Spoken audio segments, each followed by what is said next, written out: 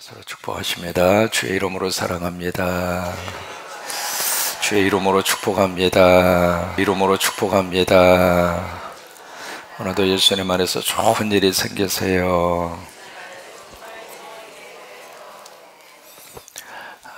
오늘 말씀해 보시면 내가 본즉이라고 하는 단어가 4번 나옵니다. 23절, 24절, 25절, 26절. 그래서 말씀의 시작을 내가 본즉이라고 하는 단어로 시작을 하고 있습니다. 이것은 에레미야가 지금 보고 있는 그런 모습이기도 하지만 에레미야가 생각한 대로 지금 본 것을 말하고 있는 것은 아닙니다. 사람은 참 묘합니다. 똑같은 것을 이렇게 본다 하더라도 이 사람 저 사람이 다 자기 식대로 봅니다. 그래서 이제 그것을 가리켜서 프레임이라고 하는 말을 씁니다. 프레임이라고 하는 것은 창틀을 말하고 있거든요. 그래서 이 내 창틀의 모습이 네모지면 네모진 모습으로 보고, 이게 삼각형이면 삼각형으로 보고, 마치 제 눈에 안경처럼 일반적으로 사람들은 다 그렇게 보게 되어져 있습니다. 그래서 내가 봤다고 하는 그 단어 자체가 사실은 맞기도 하면서도 안 맞기도 하면서도 안 맞으면서도 맞으면서도 다 자기 주관으로 다 보니까 그래요. 예를 들면 다윗이 법궤를 가지고 예루살렘 성전에 들어왔을 때 너무 행복해서 다윗이 막 춤을 추잖아요. 여러분, 그것은 다윗의 심정이 돼봐야 춤을 출 수밖에 없는 다윗의 마음을 이해가 되는 거예요. 왕이었지만은 그 법궤가 바로 하나님이잖아요. 근데 그동안에 이것을 이방 블레셋 사람들에게 뺏겨서 1, 2년이 아니라 거의 10여 년 이상 동안 방치를 했어요. 법궤가 없는 이스라엘은 마치 안고 없는 찐빵하고 똑같은 거예요. 이제 그런 마음으로 있다가 하나님께서 은혜를 주셔서 나라가 잘 안정이 되고, 그리고 통일국가를 형성을 하고, 그리고 하나님의 성전, 그리고 거기다가 법궤를 모셔오는데, 다윗의 입장으로서는 지금 하나님을 모셔오는 거거든요. 이제 그런 입장에서 너무 행복하고 좋으니까 사람이 기분 좋으면 가만히 있을 수가 없잖아요.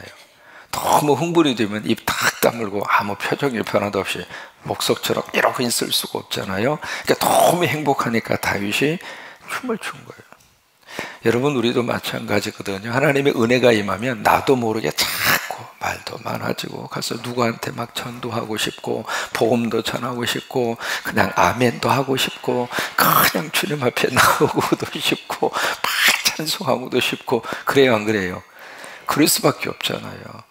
그래서 이제 춤을 춘 건데, 사울의 딸 미갈이 딱 창틈 그 문으로 이렇게 보니까 세상에 다윗이 막 백성들 앞에서 막 춤을 추는데 옷이 막 흘러 내려가도 그것도 모르고 막 춤을 추고 있는 거예요. 이제 그 모습을 보고 이 사울의 딸 미갈이, 성경에 그렇게 기록이 되어져 있잖아요. 업신여기다라. 왜 그랬을까? 그 문틈으로 뭘 봤느냐면, 좀 전라도 말로 거시기만 본 거예요. 다윗의 막 하나님 앞에서 기뻐하고 찬양하는 전체적인 모습을 이렇게 보고, 그래, 성령이 임하면 저럴 수 있겠구나, 하나님의 은혜가 임하면 저렇게 하나님 앞에서 저런 모습을 보일 수도 있겠구나, 그렇게 생각하고 그걸 받아들이는 것이 아니라 그 문틈으로 가장 중요한 다윗의 가운데만 이렇게 보면서, 야, 덜렁대면서 저게 뭐야 지금 백성들 앞에서 체면도 없이, 그렇게 생각한 거예요. 지금 에레미야는 지금 보고 있는데 그냥 자기가 보여진 대로 본 것이 아니라 하나님이 보여주신 거예요. 지금 하나님이 보여주신 것을 에레미야가 지금 보고 있는 거거든요. 하나님이 보여주신 것을 보는 것을 가리켜서 뭐라고 이야기하는가? 계시라고 그래요.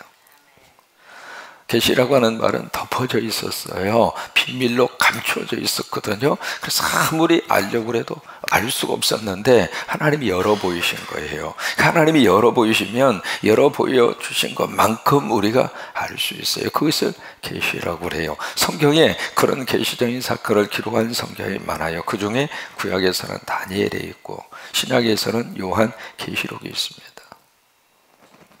그래서 요한계시록 시작을 할 때 그렇게 말씀을 하시고 있잖아요. 뭐냐면 요한계시록에 보시면 요한계시록 1장 1절에 계시록의 시작을 그렇게 하고 있거든요. 예수 그리스도의 계시라.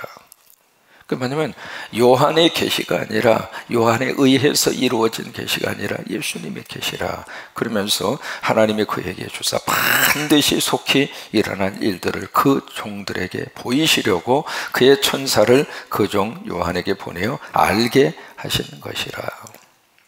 그래서 이제 보여주신 것을 본 것이 요한이고 본 것을 기록해 놓은 것이 계시예요. 그러면 왜 이런 것들을 보여주실까? 이유가 있습니다. 여러 가지 이유가 있습니다만 미래의 일에 대한 사건의 경고이고, 두 번째는 경고로 끝나지 않고 그 일을 미리 보여주시고, 그리고 유비무한 미리 준비하시라고. 누가복음 21장에 보시면 예수님이 예루살렘의 멸망에 대한 경고를 그들에게 해주시고 있습니다. 그러면서 예루살렘의 군대가 에워싸이는 것을 보거든 멸망에 가까이 온 것을 알아라. 그때 유대인들은 산으로 다 도망가고 성내에 있는 사람 밖으로 다 나갈 것이며 촌에 있는 사람들은 절대로 예루살렘 성 안으로 들어가지 말아라. 누가 21장에 그렇게 경고를 하세요. 경고를 하시는데 AD 70년에 로마의 디도라고 하는 장군이 와서 예루살렘을 그 말씀대로 포위를 해요. 포위를 해서 예루살렘 성 안에 있었던 사람들이 전부 다 몰살을 당합니다. 몰살을 당하는데 거기서 수만 명이 죽었거든요. 죽었는데 나중에 확인을 해보니까 예수 믿는 사람은 한 사람도 없었어요. 왜 그러냐면 그 누가 21장의 말씀을 하나님의 말씀의 경고로 받아들인 거예요. 그래서 그 말씀대로 성 안에 있다가 그런 조짐이 보일 때 다 산으로 다 피신한 거예요. 밖으로 다 피신해 간 거예요. 그래서 거기 예수 믿는 사람은 디도 장군이 예루살렘 멸망시킬 때 한 사람도 없었어요. 우리가 하나님의 말씀을 우리에게 보여주시고 하나님의 말씀을 듣게 하시고 하나님의 말씀을 알게 하신 이유는 그 말씀을 우리가 믿음으로 받고 미래를 잘 준비해서 유비무한 그렇게 하시라고 하는 거예요. 오늘 보시면은 에레미야가 네 군데를 봅니다. 첫째는 땅을 보고, 그 다음에 하늘을 보고, 그 다음에 세 번째 산을 보고, 네 번째 성읍을 봅니다. 근데 이 네 군데를 다 보는데 네 군데 전체적으로 에레미야가 딱 보니까 그 결과는 아주 참담합니다. 그래서 이게 23절에 보시면은 땅을 보니까 땅이 혼돈하고 공허합니다. 말 그대로 어떻게 표현할 수 없을 정도로 땅 전체가 완전히 질서가 다 무너지고 혼돈과 공허의 상태, 하나님께서 창조하기 이전의 상태처럼 그렇게 이제 땅이 보이게 되죠. 그 다음에 하늘을 보니까 하늘이 빛이 없이 캄캄합니다. 그리고 산을 보니까 산은 막 진동하고 흔들리기 시작을 하고, 그 다음에 성읍을 보니까 성읍에 사람이 한 사람도 없는 거예요.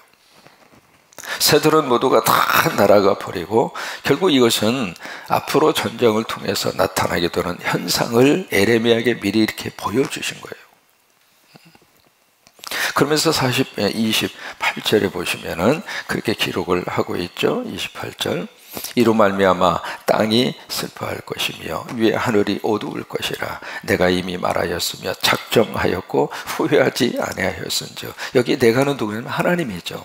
하나님이 이미 다 미리 말씀을 하셨다 그 말이에요. 그리고 작정하고 후회하지 아니하였은즉 또한 거기서 돌이키지 아니하리라 하셨음이로다. 그러니까 미래에 하나님이 확실하게 확고부동하게 하나님의 결심이 딱 쓴 거예요.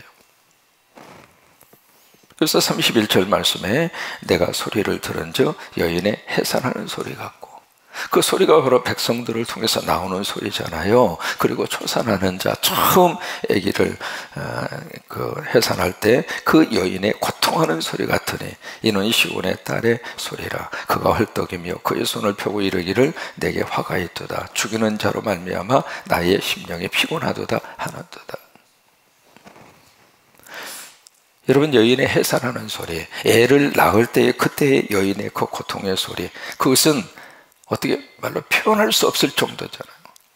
여자분들은 다 경험을 해서 알고 있잖아요. 남자들은 100번, 1000번 들어도 감은 오는데 몸으로는 못 느껴요. 여자분들은 그것을 뼈저리게 느끼잖아요. 그 고통의 소리.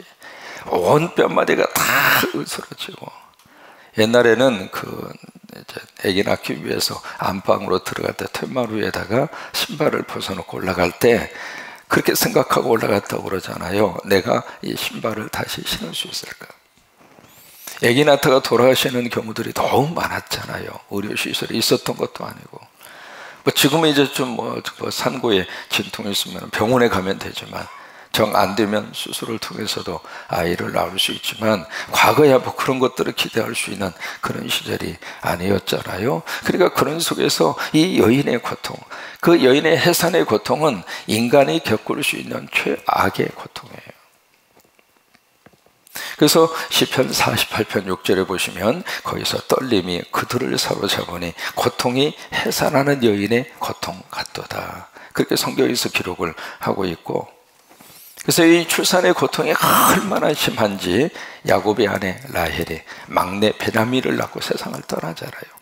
떠나면서 마지막 이름을 너는 베냐민이다, 슬픔의 아들이다, 이름을 지어놓고 엄마가 세상을 떠나잖아요. 지금 여러분 베들레헴 쪽으로 이렇게 가다가 보면 그 다음에 우측에 거기 묘지 하나가 있습니다. 그 묘지가 바로 라헬의 무덤으로 알려진 묘지가 있어요. 그리고 인류 종말의 때에 인류가 겪게 될 고통도 해산의 고통이다, 그렇게 성경이 말씀을 하시고 있어요. 데살로니가전서 5장 3절에 그들이 평안하다, 안전하다 할 그때에 임신한 여자에게 해산의 고통이 이름과 같이 멸망이 갑자기 그들에게 이르르니 결코 피하지 못하리라. 해산의 고통. 그러니까 전쟁을 통해서 미래에 그들의 모든 삶의 환경이 어떤 모습으로 바꿔질 것인가, 그걸 이제 예레미야에게 미리 이렇게 보여주신 거예요. 근데 지금은 말이죠, 인간의 욕심에 의해서 자연 파괴 현상이 심각할 정도로 지금 엄청나게 지금 자연 파괴 현상들이 지금 일어나고 있습니다. 이번 주 월요일이죠. 신문 기사 내용이 충격이었어요.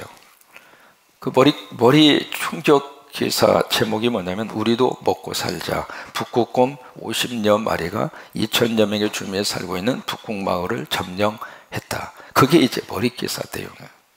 TV를 통해서도 보도를 하고 있었잖아요. 그리고 곰들이 50마리가 때로 그 마을에 내려와서 쓰레기 더미를 뒤지고 민가까지 데려와서 아이들이 놀고 있는 놀이터를 어수렁거리고, 이게 이제 지구 온난화를 통해서 이게 완전히 빙하가 녹으면서 이 북극곰의 삶의 터전이 완전히 없어지고, 되게 이제 북극곰은 얼음 위에서 이렇게 물범이 있잖아요. 거기서 잡아먹고 사는데, 이게 지금 지구 온난화 현상에 의해서 이 얼음 녹는 속도가 과거에 비해서 17%나 빨라졌어요. 그러니까 엄청난 양의 이 얼음이 다 순식간에 다 녹아버리니까 그 위에서 물범을 잡아먹을 수 있는 기회가 없어진 거예요. 그러다 보니까 원래 이제 곰이라는 녀석은 혼자 살잖아요. 이제 엄마하고 새끼 곰은 좀 어울려서 삽니다만은 좀 지나면 다 뿔뿔이 개별적으로 사는 특성을 가진 야생 동물인데, 이게 50여 마리가 함께 때로 지어서 우리도 다 같이 먹고 살자 해가지고 주민들이 살고 있는 그 지역으로 떼거지로 몰려왔다고 하는 그런 보도를 그렇게 봤습니다. 여러분, 이런 현상들이 왜 지금 일어나고 있는가? 완전히 지금 자연이 파괴된 겁니다. 지금 우리 시대의 최고의 화두는 생태 환경 보존이에요. 이거 생존의 문제가 지금 걸려 있을 정도로, 이게 점점 작년에 겪는 거하고 금년에 겪는 거하고, 이게 날씨 변화의 현상을 예측할 수 없을 정도로, 이거 어떻게 감을 잡을 수 없을 정도로 해마다 기록이 지금 완전히 다 깨지고 있거든요. 몇 년 만에, 몇십 년 만에 기상 관측, 몇 년 만에. 여러분, 그런 보도들이 너무 지금 자주 듣고 있는, 어린 시절만 하더라도 그런 보도 거의 없었잖아요. 한쪽에서는 막 영하 30도, 40도가 내려가고 눈이 1m, 1.5m까지 막 쌓이기 시작을 하고, 한쪽에서는 더워가지고 그냥 막 한쪽에서는 막 홍수가 나고 막. 지금 우리 살고 있는 이 환경 자체가 그냥 군산하면 군산에서 끝나는 시대가 아니에요. 여기서 이루어지는 사건이 바로 지구 저 반대편까지 영향을 미쳐요. 이제 그런 시대 속에서 우리들이 살아가고 있으니까 어떻게 하면 에레미야는 지금 장차 전쟁을 통해서 그런 현상들을 하나님이 보여주시고 있지만 지금 우리는 전쟁이 아니라 자연 파괴를 통해서 생태계의 엄청난 질서가 무너지는 그런 것들을 지금 우리가 눈으로 보고 있고 또 우리가 함께 기도하면서 그것을 볼 줄 알아야 되고, 왜냐하면 이것이 그대로 우리 자녀들에게 이어져 갑니다. 다만 우리는 그렇게 기도합니다. 하나님, 이 한반도가 통일된 모습으로 우리 후손들은 살게 하여 주옵소서. 그게 우리 첫 번째 기도 제목이잖아요. 군산역에서 기차 타고 저쪽 금강산을 통해서 몽골까지 선교를 가는 역사가 일어나게 하여 주옵소서. 이게 왕래가 자꾸 이루어지고, 왜냐하면 동독과 서독의 케이스를 보면은 계속 왕래가 있었어요. 위에서는 그냥 장벽을 치고 위에서는 그냥 이념과 논쟁이 끊임없이 있었지만은 밑에서는 민간인 교류들이 계속 있었고, 그 다음에 교회와 교류가 계속 있었고, 이제 그러다 보면 언젠가 이렇게 하나가 될 수가 있잖아요. 이제 그런 세계를 우리 후손들에게 물려주고 싶은 마음, 그런 기도 제목, 우리들의 기도 제목이잖아요. 또 하나, 환경도 마찬가지예요. 환경도 좋은 환경 우리 자녀들에게 물려줘야 되죠. 그러기 위해서 작은 것부터라도 우리들이 실현해야, 작은 것부터라도 우리들이 실천을 해야 돼요. 그 중에 하나가 우리가 일회용 컵을 사용하지 말자. 이게 주일날 우리 성도들이 일회용 컵을 사용하고 나면 뭐 쓰레기가 산더미처럼 쌓여요. 혹시 여러분 시간이 있으시면은요, 저쪽에 비전센터 저 밑에쯤, 거기는 잘 안 가시잖아요. 그쪽에 이제 거기에 차 두어 대 댈 수 있는 공간이 있고요. 거기가 쓰레기 집화장입니다. 여러분 한번 시간이 있을 때 과연 우리 교회가 주일날 쓰레기가 어느 정도 나오는가 한번 가보세요. 저는 거기 가서 볼 때마다 와, 세상에. 집에서는 이제 분리수거를 하시는데 교회에서는 분리수거 개념조차도 없어져요. 그냥 영어부터 시작을 해서 연세 드신 분들 거의 한 2,000명 가까이가 한 번 사용하고 지나가는 그 뒷자리는 상상할 수 없을 정도로. 그래서 우리가 작은 것 하나부터라도 이게요, 그것이 우리 후손들을 위한 일이고 그것이 우리 손주들을 위한 일이고, 그게 바로 다 내일입니다. 내일. 그래서 일회용 컵 어떻게 쓰든지 그 뭐 나 한 사람 써도 막 괜찮잖아, 그렇게 생각하면 그 한 사람이 100명이 되고 1000명이 되고 2000명이 되고 늘어나는 거예요. 그게. 또 하나, 여러분 교회 오셔서 엘리베이터 조금 불편한 분들은 엘리베이터를 꼭 타세요. 연세 드신 분들은 골다공증이라든지 하체라든지 좀 어려우시니까 무리해서 이제 계단 왔다 갔다 하지 마시고, 그러나 좀 다리가 성성한 분들은 일부러라도 계단 올라가서 엘리베이터 타지 마시고. 여러분 일부러라도 우리가 운동해야 되잖아요. 하루에 몇 보를 해야 돼요? 10,000보. 나를 위해서가, 누구를 위해서가 아니라. 근데 다리가 성성한데도 그냥 엘리베이터 타고 다니고. 저는 여기 교회 와서 엘리베이터 거의 안 타요. 나를 위해서 안 타는 거예요. 나를 위해서. 여러분 그 작은 곳이지만은 그 엘리베이터 한 번 탈 때마다 전력이 들어가잖아요. 여러분 전력 그냥 나옵니까? 또 집에서 우리가 설거지를 할 때 세제를 풀어서 우리가 쓰고 있잖아요. 그 세제도 조금이라도 덜 쓰고 그냥 있는 대로 퐁퐁 해가지고 그냥 부엌에 설거지통에다 거품이 그릇보다도 더 많어 막 그렇게 만들어 놓고 거기서 목욕할 일이 없잖아요. 만약에 필요하다 하더라도 조금만 그렇게 쓰시기를 바라고. 왜 그 세제가요 바다로 흘러 들어가면 결국 그 바다의 물고기 그것이 영향을 받고 그 물고기가 결국 우리 상으로 그대로 돌아오는 거예요. 또 하나 우리 어린 시절의 꿈은 마이카였잖아요. 차. 그래서 차 가진 사람이 너무 부러웠고, 그래서 차가 주는 편리함, 그건 뭐 상상할 수 없을 정도로 그렇게 좋았는데, 이게 지금 우리가 마이카 시대를 지나가서 이제는 개인마다 집에도 차가 2대, 3대, 가족마다 차가 있는 그런 시대가 되다가 보니까 이게 차를 통해서 나오는 그 배출가스, 이산화탄소, 이게요 상상할 수 없을 정도로.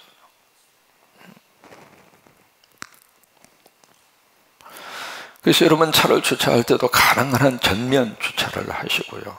왜냐하면 이게 후진으로 가면서 배기가스가 나오잖아요. 근데 그것이 나무에게 그대로, 여러분 우리 얼굴에다가 차가 뒤로 오면서 배기가스가 우리 얼굴에 확 하고 풍어된다고 생각해 봐요. 이건 상상할 수 없잖아요. 그러니까 식물들이 말을 못해서 그러지 똑같은 걸 겪고 있는 거예요. 후진으로 주차할 때마다 뒤로 갈 때 한번 확 쐬어주고, 시동 걸고 나갈 때 한번 확 쐬어주고, 그때마다 나무들이 뭐라고 그러겠어요? 이러지 마세요, 나도 살아있어요. 정면으로 주차하시고.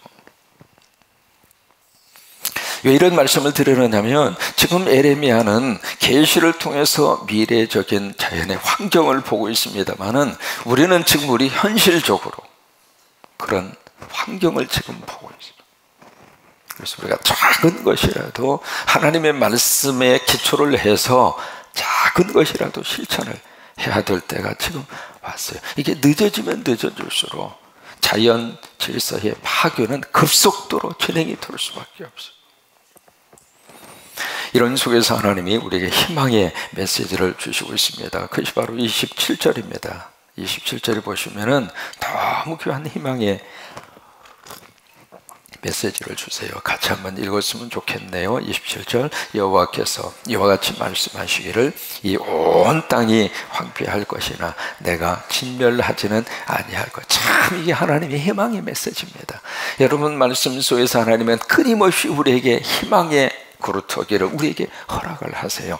나무가 베어지고 그리고 모든 질서가 파괴되고, 근데 그 속에서 하나님의 꼭 희망의 구루터기, 희망의 어떤 여지를 하나님이 꼭 우리에게 허락을 해주세요. 여러분 이 땅에 진정한 희망의 구루터기가 어디일까? 교회입니다. 교회가 이 민족의 희망의 구루터기입니다.